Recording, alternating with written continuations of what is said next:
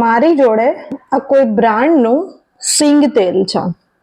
સિંગ તેલ એટલે મગફળીમાંથી બનાવેલું તેલ, રાઈટ? મગફળીના દાણામાંથી બનાવેલું તેલ.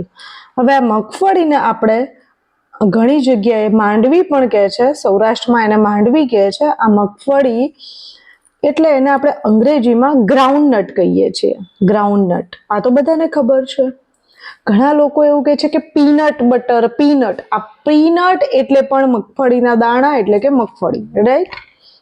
અને આજે તમને એક નવો શબ્દ શીખવાડું. GOOBER. GOOBER બોલાય છે ગોબર, પણ એનો અર્થ પણ છે એ મગફળી થાય છે. અને આ શબ્દ છે મોટે ભાગે યુએસમાં યુઝ થાય છે. તો આપણે મગફળીના કેટલા સિનોનિમ શીખ્યા?